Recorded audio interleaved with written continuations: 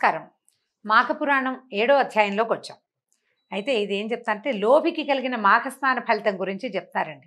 వశిష్ఠ మహర్షి ఏం చెప్తారంటే పార్వతీ పరమేశ్వరులు చెప్పుకున్నటువంటి పిసినారి వృత్తాంతాన్ని దిలీప మహర్షికి తెలియజేస్తున్నారట. ఏమంటున్నారు?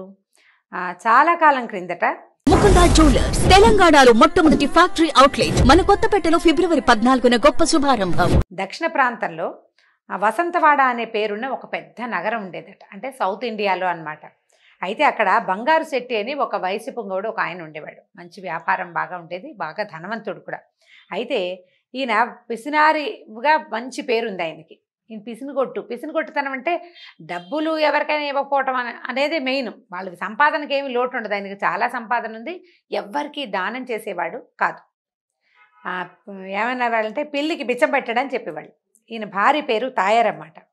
అయితే ఇతను ఏం చేశాడు, ఎవరికి ఏమి ఇవ్వకపోవటం వల్ల పిత్రార్జితమే కాకుండా తను సంపాదించింది కూడా మూటలు మూటలు కట్టుకుని దాచుకునేవాడట ఇంట్లో. ఇంకా ధనాశ ఆయనకి, ఆ డబ్బు ఆశ తీరేది కాదు. అలాంటి గుణం కనుక ఉంటే తీరదు ఎప్పటికీ. ఈ డబ్బుని వడ్డీలకు ఇచ్చి ఇంకా సంపన్నుడయ్యాడట. అంటే వడ్డీకి ఇవ్వటం అని అనగానే నిర్దాక్షిణ్యంగా ఉండటం అనే పాయింట్ ఉంటుందండి వెనకాల.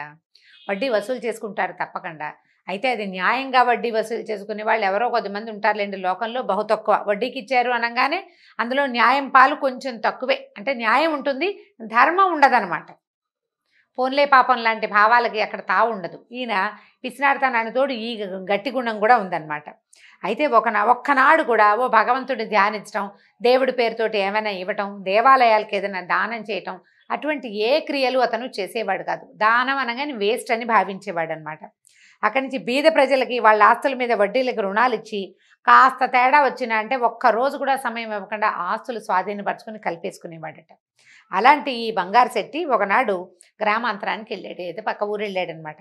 ఆ రోజు సాయంకాలం ఒక ముసలి బ్రాహ్మడు ఒక ఆయన వీళ్ళ వాకిట్లోకి వచ్చి ఆ బంగారు శెట్టి భార్య అయినటువంటి తాయారమ్మ గారిని చూసి, అమ్మ నేను ముసలివాడిని, నా గ్రామం చేరాలంటే ఇంకా 10 ఆమడలు వెళ్ళాలి, ఇప్పుడు చీకటి కాబోతోంది, మేఘాలు ఉరుతున్నాయి, కొంచెం చలిగాలిగా ఉందమ్మా, మీ ఇంటి దగ్గర ఈ రాత్రి గడపనివ్వవా, నీకు ఎంతైనా పుణ్యం ఉంటుంది అని అడిగాడు. పైగా ఏం చెప్పాడు, నేను సద్బ్రాహ్మణుణ్ణి, సదాచార వ్రతుణ్ణి, పొద్దున్నే ప్రాతకాలంలో ఇక్కడ ఈ పక్కన చెరువు ఉంది కదా, అందులో మాఘస్నానం చేసి వెళ్ళిపోతానమ్మా అన్నాడు.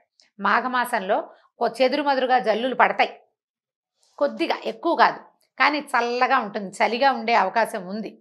అయితే ఇలా అడిగేసరికల్లా ఈవిడ ఏమనుకుందంటే ఈయన ఎలాగూ లేడు, ఏ అర్ధరాత్రో వస్తాడు, ఏ తెల్లవారుజామునో అని అనుకుని ఏం చేసింది, జాలిపడి అరుగున తన ఈ వాకిట్లో అరుగు మూల కొంచెం శుభ్రం చేసి ఓ తుంగచాపేసి కప్పుకోవడానికి ఒక దుప్పటి కూడా ఇచ్చి బాబు పడుకొని అయినా అని చెప్పింది. సరే ఇంకేం చేసింది, ఇలా అయ్యేసరికల్లా ఈ బ్రాహ్మడు సంతోషించాడు. ఆమె సహృదయానికి సంతోషించి ఏం చేశాడు, విశ్రాంతి తీసుకున్నాడు, పడుకునేసరికల్లా ఆవిడ ఏం చేసింది, ఒక మామిడి పండు ఏదో పట్టుకొచ్చి, మామిడి పళ్ళు ఆ కాలంలో రావుగా, ఓ ఫలం పట్టుకొచ్చింది, జామ పండు కమలా పండు తెచ్చి, అయ్యా ఇది పుచ్చుకోండి, ఎందుకంటే బ్రాహ్మణులు ఇతరుల ఇళ్లలో భోజనం చేసే రోజులు కావు, పగటిపూట అయితే తప్పకుండా ఓ పొయ్యి ఒక బియ్యము గిన్నె అన్నీ ఏర్పరిచి అన్నం వండుకుని తినండి అనేవాళ్ళు. రాత్రిపూట పెద్దవాళ్ళు అన్నాలు తినరు, తర్వాత ఏమో వీళ్ళింట్లో తినే అవకాశము లేదు, ఆ పద్ధతి కాదు కదా అప్పుడు. అందుకని ఆవిడ ఏం చేసింది, ఒక పండు తీసుకొచ్చి, బ్రాహ్మడు పెద్దవాడు కదా వాకిట్లోకి వచ్చి ఉన్నాడని ఓ పండు పట్టుకొచ్చి ఇచ్చింది. అయ్యా ఇది భోజించండి అంది. అన్నాక ఆయన ఆ పండు ఒలిచి నోట్లో వేసుకుంటుండగా ఈవిడ ఆ పక్కన కూర్చొని అడిగింది, మీరు మాఘస్నానం చేస్తామన్నారు కదా, అంటే ఏమిటి బాబు అని అడిగింది. అడిగేసరికల్లా ఈయన ఏం చేశాడు, ఆ పండు కాస్త తినేసి దుప్పటి కప్పుకుని ముసుకేసుకుని కూర్చుని, అమ్మ మాఘస్నానం గురించి చెప్పడం నా వల్ల అవుతుందా అమ్మా, ఎంత గొప్ప సంగతి అన్నాడు. అని ఈ మాఘంలో నది ఎందు కానీ, తటాకమందు కానీ, నూతి ఎందు కానీ సూర్యోదయం అవుతూ ఉండగా స్నానం చేసి ఆ తర్వాత విష్ణు మందిరానికి వెళ్ళి తులసి దళాలతోటి పువ్వులతోటి పూజ చేసి స్వామివారి ప్రసాదం స్వీకరించాలి. తర్వాత మాఘపురాణం పఠించాలి లేదా వినాలి, శ్రవణం చేయాలి. కుదిరితే మాఘపురాణం చదువుకోవచ్చు, పుస్తకము అవకాశం ఉండాలి కదా, ఉంటే చదువుకోవచ్చు, లేకపోతే వినాలమ్మా. ఇలా ప్రతిదినము విడవకుండా చేసి 4 రోజులు మాఘమాసం అంతా సద్బ్రాహ్మణ సమారాధన దాన ధర్మాలు చేయాలమ్మా.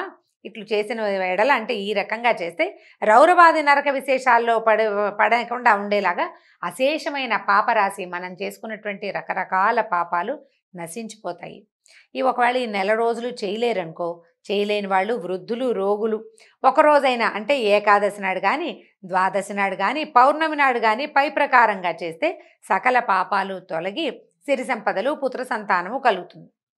ఇది నా అనుభవంతో చెప్తున్నాను అని చెప్పేసరికల్లా ఈవిడ సంతోషించింది. అయ్యో ఎంత బాగుంది, రేపు మాఘ స్నానం చేయవలసిన రోజు ఈయనెవరో వచ్చి మన వాకిట్లో విష్ణుమూర్తి తల్లే వచ్చి కూర్చుని చక్కగా చెప్పాడని సంతోషపడింది. తను కూడా వెళ్ళి ఆ పొద్దునే ఆయన పక్కన చెరువు నదీ స్నానం ఏదంటే ఒక మా వాగులాగా ఉంది, బహుశా నది తాలూకు ఒక పాయ అయి ఉంటుంది. అక్కడికి వెళ్ళి ఈయనతో పాటు నేను కూడా స్నానం చేద్దాం అనుకుంది. ఇంతలో ఏమైంది, బాగా చీకటి పొద్దెక్కాక పొరుగురికి వెళ్ళిన ఈ భర్త బంగారు శెట్టి గారి ఇంటికి వచ్చాడు.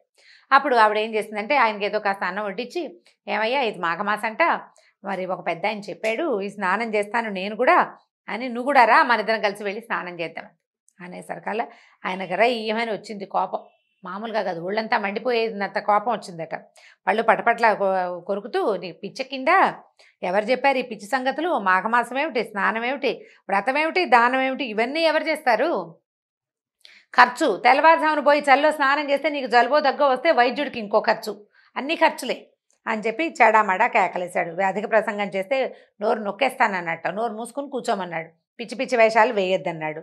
చల్లే అసలే డబ్బు సంపాదించలో నేను ఎంత కష్టపడి సంపాదిస్తున్నాను, ఎవ్వరికి రూపాయి ఇవ్వకుండా ఇంత నేను కూడబెడుతుంటే దానం ధర్మం చేయమంటావా, దానాలు చేస్తే ఇళ్ళు ఒళ్ళు గుల్లవుతుంది, దానం చేయడంతో పాటు పొద్దున్నే చల్లో స్నానం చేస్తే ఇళ్ళు ఒళ్ళు కూడా గుల్లైపోతాయి, ఆరోగ్యం పాడైపోతుంది, చలి జ్వరం ఏమైనా వస్తే అసలు ఈ పనులన్నీ ఎలా చేసుకుంటాను, నేను వ్యాపారం ఎట్లా చేస్తాను, వైద్యుడికి డబ్బు ఎక్కడి నుంచి వస్తుంది అనుకున్నావు. ఇక నానా తిట్లు తిట్టి పోసాడు. ఆయన నోటికి వచ్చిన తిట్లన్నీ తిట్టాడు. డబ్బు ఖర్చు వల్ల రాగలిగే అన్ని రకాల ఇబ్బందులని ఆవిడికి తెలియజేశాడు. తర్వాత ఇట్లా పిచ్చి పిచ్చి వేషాలు వేయడానికి వీల్లేదని వెళ్ళి నోరు మూసుకుని వెళ్ళి పడుకోమని కసిరేశాడు. సరే అయితే ఈవిడ పడుకుంది, కానీ ఆవిడకి నిద్ర పట్ల.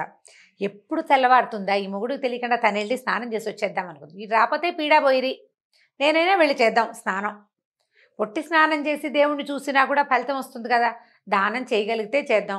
ఏ మధ్యాహ్నమో ఒక గుప్పెడి బియ్యం ఎవరికైనా ఇవ్వకపోతానా, పొద్దునే చేయలేకపోతాను, ఈయన ఎక్కడికో వెళ్తాడు వ్యాపారానికి, ఒక గుప్పెడి బియ్యం ఒక బ్రాహ్మడి చేతిలో పెట్టినా దాన ఫలితం వస్తుంది. రేపు మంచి రోజున వృద్ధ బ్రాహ్మణుడు అసలు వణికిపోతున్నవాడు కూడా స్నానం చేయడానికి వెళ్తుంటే నడి వయసులో ఉన్న నాకేం మాయరోగం అని ఆవిడ నానా తిట్లు తిట్టుకుని ఆవిడ కూడా తయారైపోయింది. ఈయన చెప్పకుండా వెళ్ళిపోదాం అనుకుందనమాట.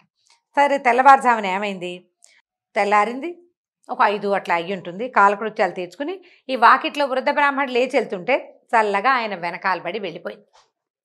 చీకట్లో వెళ్ళొద్దు, ఆడవాళ్ళు ఒకళ్ళే ఎవరో ఒకళ్ళు తోడు ఉండాలి. ఆ బ్రాహ్మణ ఆయన వెళ్తున్నాడు, ఆయన వెనకాలబడి ఈవిడ కూడా వెళ్ళిపోయింది. వెళ్ళిపోయి ఆ నదిలో దిగేసింది స్నానానికి. దిగ్గానే ఈ బంగారు శెట్టికి అనుమానంగానే ఉంది, భార్య తన మాట విందేమోనని. ఆయన లేచి చూసుకున్నాడు, లేదు పక్కన. ఓహో ఈవిడ వెళ్ళిపోయిందని చెప్పేసి పరిగెత్తుకుంటూ వెళ్ళి ఒక దుడుకర్ర పుచ్చుకెళ్ళాడట. వెళ్ళి నీళ్ళల్లోకి దిగి భార్యను కొట్టపోయాట. కొట్టపోయేసరికల్లా ఆవిడ తప్పించుకుంది. ఇంకొంచెం లోపలికి వెళ్ళాడు. చివరికి ఈయన కొట్టపోయి ఈ కర్రెత్తి కొట్టపోయి ఆవిడ చేతులు అడ్డం పెట్టుకుని అటు ఇటు అయ్యి ఆయన తలకిందులుగా పడిపోయి మొత్తానికి ఇద్దరు నీళ్ళల్లో స్నానం చేసేసారు. కావాలని చేసినా కావాలనుకోకుండా చేసినా, అంటే చేయకూడదని భావించినా కూడా నీళ్ళల్లోకి దిగాక తడవము ఆటోమేటిక్గా అయిపోతుంది కదా, శుభ్రంగా తడిసిపోయారు. ఏమనుకుంది, మాఘమాస ఫలితం లభించిందిలే అనుకుంది. చివరికి ఆయన ఏం చేశాడు, బయటికి వచ్చాక లాక్కొచ్చి భార్యను 4 దెబ్బలు కొట్టి ఆ కనపడిన బ్రాహ్మణ ఆయన అడవైన తిట్లు తిట్టి పెళ్ళాన్ని ఇంటికి లాక్కొచ్చేసాడు. కొన్నేళ్ల తర్వాత వీళ్ళిద్దరికీ ఏదో ఒక వ్యాధి సోకిందట. ఏముందండి, పిసినారితనము, బాగా వండుకు తినరు. సరే దానం ధర్మం సంగతి పక్కకు పెడితే శుభ్రమైన ఆహారం తీసుకోకపోవటం, సరి అయిన శ్రద్ధ లేకపోవటం, వీటితోటి ఏదో విచిత్రమైన వ్యాధి వచ్చింది భార్యాభర్త ఇద్దరికీను. కొన్నాళ్ళకి ఇద్దరు మరణించారు. మరణించేసరికల్లా తాయారమ్మని తీసుకెళ్ళటానికి విష్ణుదూతలు, బంగారు శెట్టిని తీసుకోవడానికి కాలపాశాలు పట్టుకున్నటువంటి యమభటులు వచ్చారట.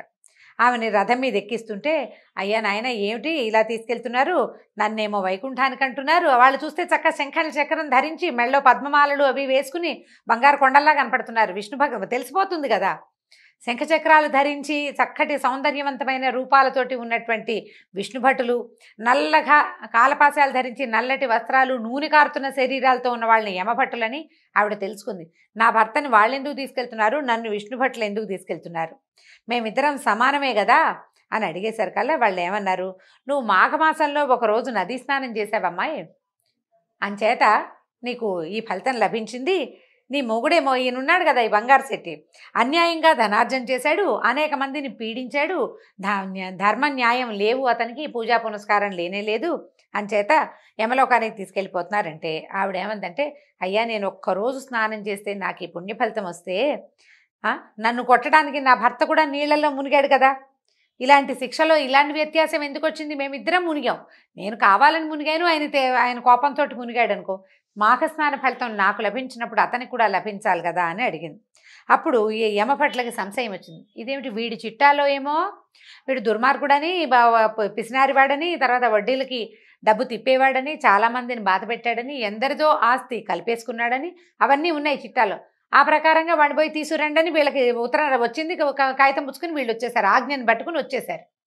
ఈమె చెప్పిన మాట వినేసరికల్లా వాళ్ళకి డౌట్ వచ్చి ఏం చేశారట, చిత్రగుప్తుడిని అడిగారట.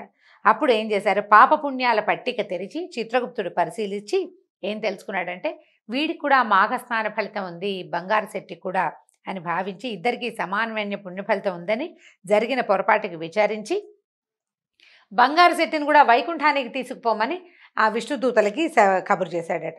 తర్వాత ఈ ముందే వెళ్ళిపోయి విష్ణుదూతలతో ముందు కలిసి వెళ్ళిపోయింది కదా, ఈయనేమో యమదూతలతోటి వెళ్ళి నరకద్వారంలో నుంచున్నాడు. ఆవిడ అయ్యో నా భర్త సంగతి ఏమవుతుందని బెంగపెట్టుకుంటూ అక్కడ కూర్చునుంది.